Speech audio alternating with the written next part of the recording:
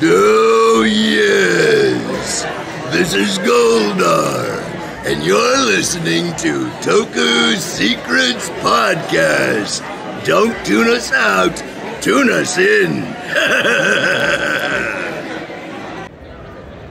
All right, is everyone ready for their first Power Rangers panel? Come on. Woo! All right, our first two guests, they are probably the longest serving cast members in Power Rangers history. You guys know them as Bulk and Skull. Please welcome Paul Schrier and Jason Narvy.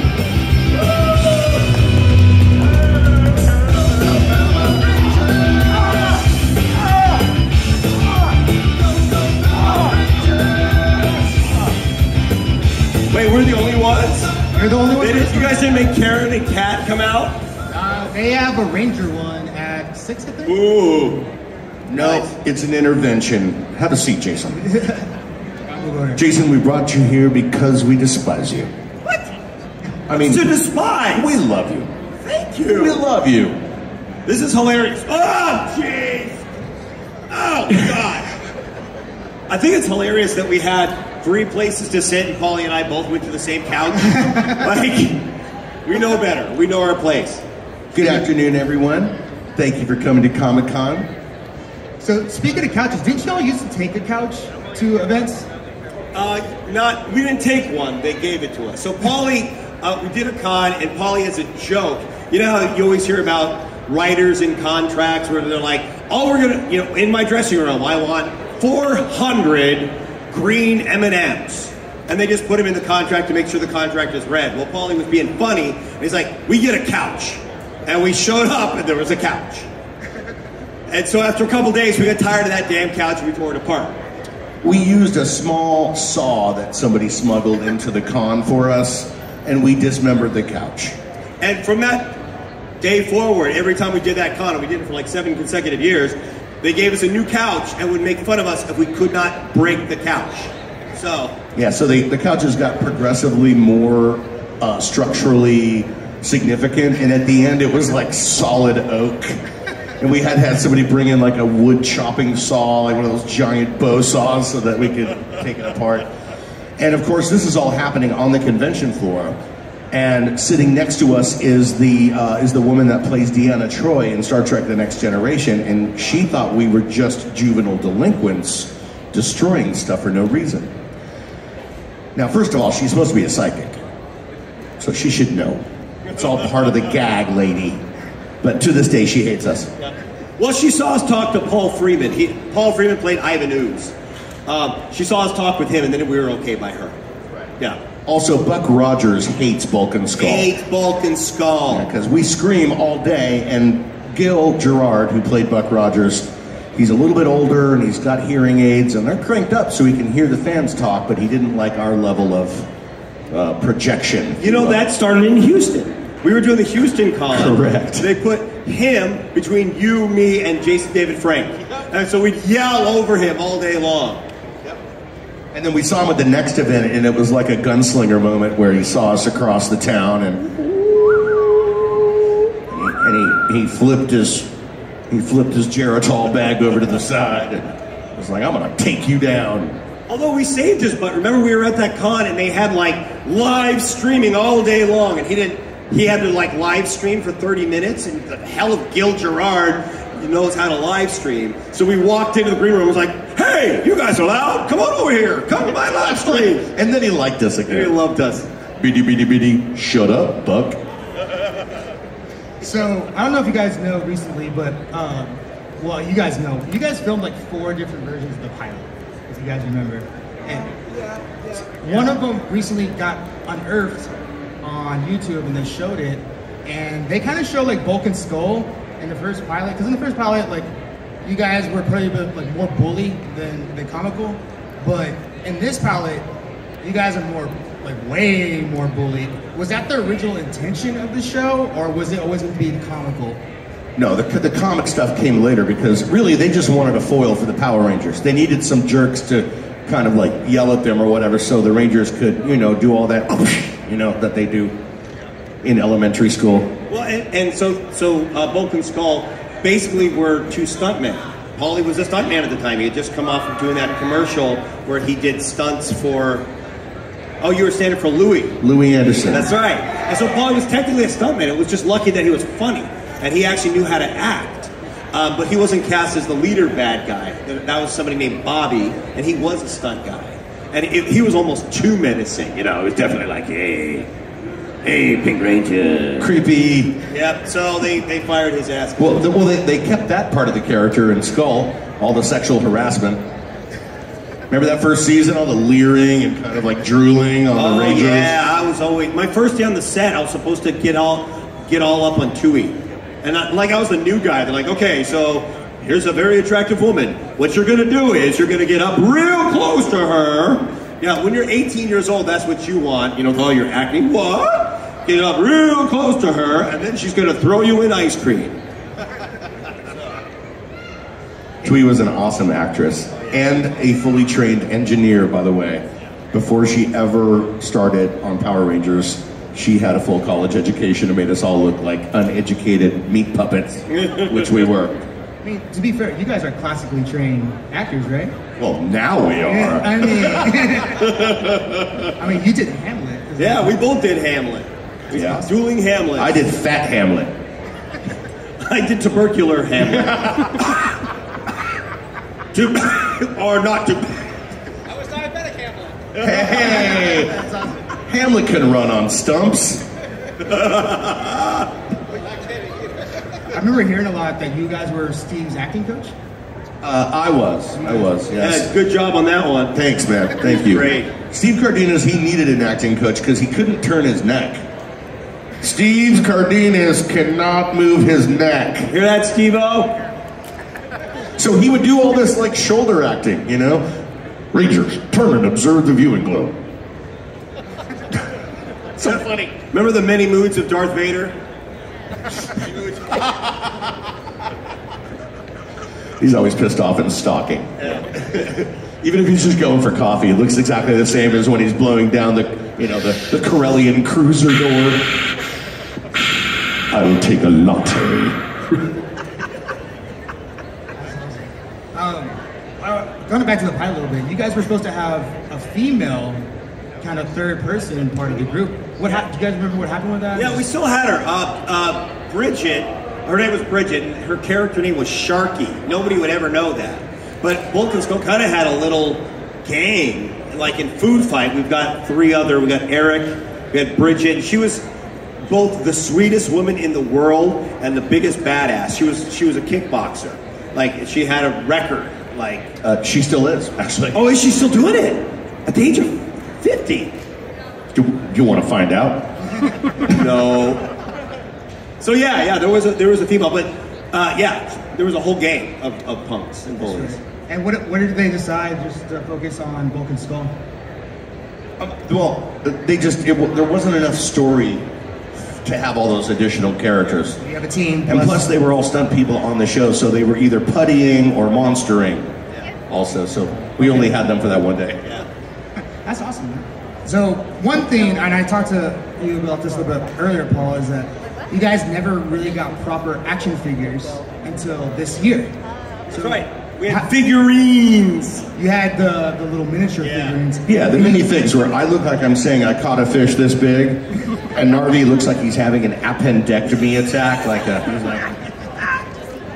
I thought that was full sexual harassment. Is that what that was? Gross. So what did you guys think about the new figures, though? The Super 7 ones? I am fully articulated. What do you mean? I've got 2 heads. What do you mean? I come with a hamburger.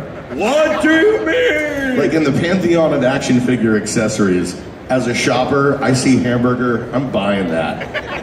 Because I can use that with every other figure. Imagine the Silver Surfer with a hamburger. It's just awesome.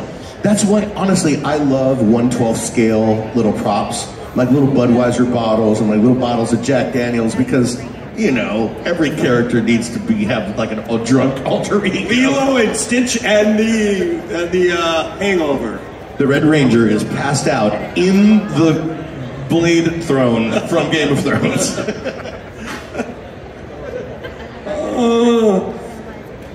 that's funny. Yeah. But yeah, they're creepy. They're creepy. I took a picture of. I zoomed in, took a picture up close, and when I actually looked at the picture, I'm like, oh my God, they look just like us. Well, like they both have 2 heads, which is hilarious, like you said. But like for both of us, one of the heads looks like us, and the other one kind of doesn't. It looks less like us, I think. Do you know in the world of Star Wars figures, look, you can only make so many Darth Vaders and Luke Skywalkers until you start doing secondary characters and then tertiary characters and then that dude 800 feet in the background during the cantina scene. It's because you just kind of run out of material. It's great that after 32 years, they finally, the wheel slowly made it around and they made fully articulated Bulk and Skull figures. I bought several extra ones. I'll let you know, Skull burns very well in the microwave. We did the same thing with my figurine. We got the figurine, and Paul's like, hey, here's your figurine! And then he like doused it in lighter fluid. My wife was displeased that I put a PVC action figure in the microwave for 5 minutes. 5 minutes? And I'll tell you, your knee blew right out. Just like real life, man. Just like real life. Yeah. Did you feel the voodoo effect happening? I did. That's what's been happening. Oh my God. Well, I mean, here's the worst part. He didn't even film it. I didn't. I'm like, Paulie, let me see it. Well, I'm not trying to be demonstrative. I'm not trying to humble brag on this shit. I wanted to see you burn. And I did. I got what I wanted. The melted skull. I'm not generating content for social media here. It's more like anti-social media. I don't need friends. I want enemies. Can we do that on Facebook? Can there be an enemy button? Oh, I enemied you. Yeah, love you. Yeah. No, so I was gonna say one thing. Enemies. So one thing, you guys have been featured in the comic books, but you, Paul, in particular, were on an RPG game, and you are officially Hyperforce Yellow. What did you think about that when they approached you about joining that game and being part of that project? Well, I mean, quite an honor to be asked to come to play one of the lead characters on the show. I never thought I would be on that side of it. But the hardest thing about Hyperforce was that it's a Power Ranger universe where we're role-playing. And you know the thing that you do in role-playing? You kill everything. When you're playing an RPG, your goal is to kill everything. But when you're playing a Power Ranger, you can't just kill everything because it violates the whole ethos of try to help the children. Try not to destroy downtown again. But I will say this, the construction industry in Angel Grove is very robust. Booming. Every day they rebuild that shit. Before 8 the next morning. So hey, it was awesome. The best part of Hyperforce Yellow is that he was a chunky boy. Like he was conceived to be a character that was not a super skinny Japanese dude with a fake bra, you know? So that was cool. I enjoyed it. It was fun. Did you ever like, man, I wish they called me for that? I mean, anytime I could work with this son of a mother, I'll do it. Yeah, absolutely. So I was a little sad, but I was on the other side of the country, so I don't even know that it was an option or not. But so Hyperforce was 3 hours a week for 25 weeks. That's right. Yeah. 75 hours of content. No, I'm not sad I didn't do it at all. That's awesome. But in the comics, you guys are full-on Ranger. Well, I guess you're kind of like alternate Rangers. Yeah, it's a multiverse, right? So it's like different membranes and bubbles. Yeah. We like the comics. I mean, Bulk and Skull got to do things in the comics they didn't on the show, right? The writers, again, kind of like you're talking about product. We've done all the product. Well, they got tired of all the Power Ranger storyline. So they're like, well, Bulk and Skull are kind of flawed characters. Flawed characters are what you want to write about, right? I mean, who's a flawed character out there? Come on, raise your hands. I am. Yeah, the rest of you are lying. That's what it is. Perfection is so boring, honestly. Where do you go? You're already up there. There's nowhere to go. You know, you can only fall. You can only tumble like a falling star, like Jason's career. So I will say this, he's in academia now, because if you can't do it professionally, you teach it. Oh. Ouch. Actually, you're a college professor, and how are your student loans doing? Oh, they're doing fine. It's the gross domestic product of Nigeria, folks. Well, there's a Nigerian prince who's going to send me a lot of money, and it only cost me another $5,000. That's great. Back to your time a little bit on the show. What were your inspirations? Okay. All right, instead of your student loans, let's talk about the show. Yeah, student loans is the... You want my accountant's number? Sorry. No, you're good, you're good. Large amounts of institutional debt which drag even my children's lives into the gutter is something that I just can't stop talking about. I mean, we were promised things that didn't happen, so with that too, but the reason I was saying, because I was thinking, like, you guys are very comedic, like, you're very, very physical on the show back in the day. Did you guys draw upon any, like, classic comedians when you guys were doing that show? Yeah, all of them. Yeah. All the famous duos. Laurel and Hardy primarily, Gilligan and Skipper, you name it. Ren and Stimpy, Pinky and the Brain, you know. Sometimes we go big and go Three Stooges, because there's three of them. Barack Obama, Joe Biden, you know, all the great comics. Now, you guys kind of evolved through the show a little bit. You guys started off the bullies, then you guys went to like junior officers, and were actually like policemen and detectives and like that. Where were you? Like, they were constantly trying to find new things for you guys to do. What was that kind of like? Did you guys have any say in that? Did you guys? Go ahead. Yeah. Yeah, they would usually bring us in and be like, "We're going to make you cops. Is that okay with you?" And you'd be like, and they'd be like, "Yes, I thought you would like this." So you can imagine we got in trouble a lot on the set because we were juvenile delinquents playing juvenile delinquents. And we would, I don't know, stab swords through walls and set shit on fire occasionally. Small, very small. Spray paint the walls. Local shoplifting. Burn scripts. So we often were, burn scripts, that's real. We were often called into the principal's office or the producer's office and to hear how much money he was going to fine us for our latest act of destruction. And then 1 out of 5 times they would be like, "Oh, you're not in trouble." We're like, "Yeah, thank God." So what do you want to be? Police officers or in military boot camp? And of course, this was Gulf War era. Yeah. So I was like, definitely police officers. I don't want to encourage anyone to draft my ass into the dirt box. Yeah, because the police academy, they really embraced us. They did not like us. Not like us. We shot at LAPD Police Academy. And I don't know if you know this about the LAPD. Just sweethearts, all those guys. Every single one of them. Just love to be made fun of. Love it. So yeah, we did get a little bit of input here and there on what would be the yearly or bi-yearly kind of change for the characters.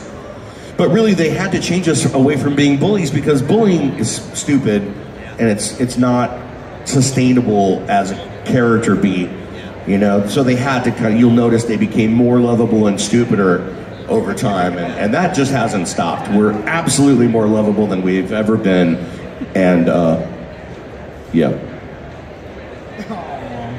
Now, whose idea was the chimpanzee thing? Oh God, that was Shuki. He would go through phases where there was a certain, Shuki was one of our producers, very close friends with Chaim Saban. They were kind of business partners growing up. And that's actually a hilarious story. They were in a band together, and Chaim Saban took care of all the business. But he sucked. He couldn't play, but they didn't want to fire him because he's the only guy that knew how to do business. So they would turn down his amp so you couldn't hear him. But anyway, so Shuki had a lot of creative control, and he would go through phases where there was a certain thing, a certain look, something that he thought was funny. He caught us on his monkey phase. So they wanted to like make it so we were still working while we were working on the spinoff, Bulk and Skull spinoff, but yet still have some kind of comic relief. And so, monkeys! And of course there was no spinoff because they focus group tested a Bulk and Skull show, but it didn't have giant robots and kung fu, and nobody cared. All the kids were like, no robots, no kung fu, don't care. And so no spinoff for us. What was the pilot about? It was, are you familiar with Elvis, the Mexican Elvis? Do you know this guy? Yeah, a little All right, bit. so he carries a chihuahua around like he's like the villain in Iron Eagle 2 or whatever. So it was going to be Bulk and Skull are managing a hotel that has all these wacky characters in it, and Elvis was kind of one of them. He was like the main one. Yeah, it was like a Pee-wee's Playhouse kind of thing. That was the era. Exactly. You know? It was cute. It was cute. It would have been funny, but it would have went for 1 year. Probably we probably had been done. In the end of us. And so we were able to continue for 8,000 more years on the Power Rangers. Although Pee-wee's Playhouse went for 7 years. You mean before he got paroled, or? I was about to say, Right. what has Pee Wee Herman done that we haven't? Time.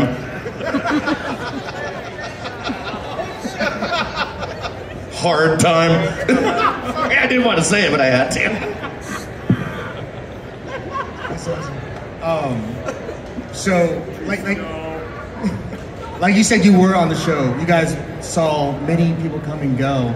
What was it like seeing? Because obviously, you guys started with the original cast. You mean with the changing of the guard? Yeah, absolutely. Well, if you imagine, okay, first of all, the show's been on the air since 1972 in Japan. But if you think about the American version of Power Rangers, after what the third year is when they tried to like say we want to get paid more money, and then they opened the trap door and they all fell down and they simply replaced them.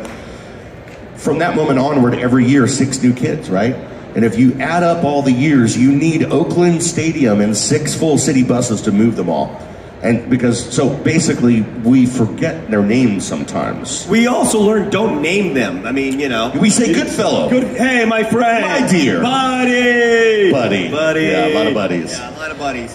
So Ciara, who's the Yellow Ranger, and one of the Yellow Rangers, she has introduced herself to me like 800 times because she knows I can never remember her name. She's like, I'm Ciara.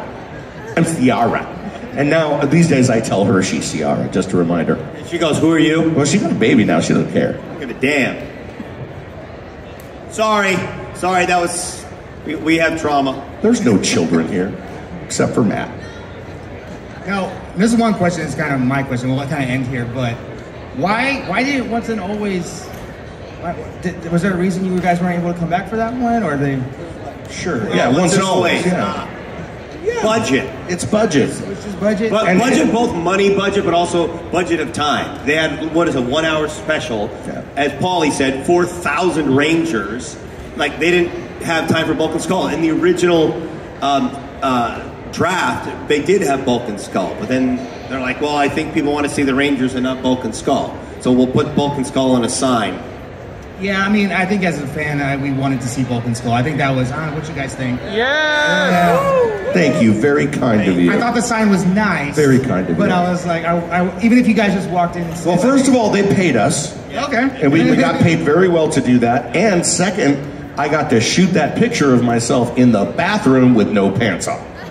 So the next time you see that, you know too much. So now when you look at that picture and you guys are side by side, you can think, he had no pants on. Dude, most of my life has been next to pantsless Paulie over here, okay? So... Well, they made us share a dressing room for like 5 years.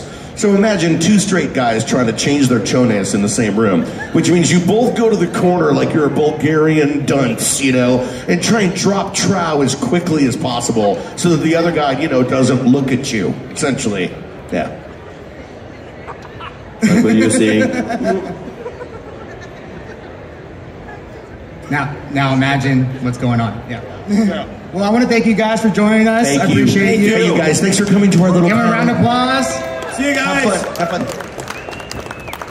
Thank you. Thank you.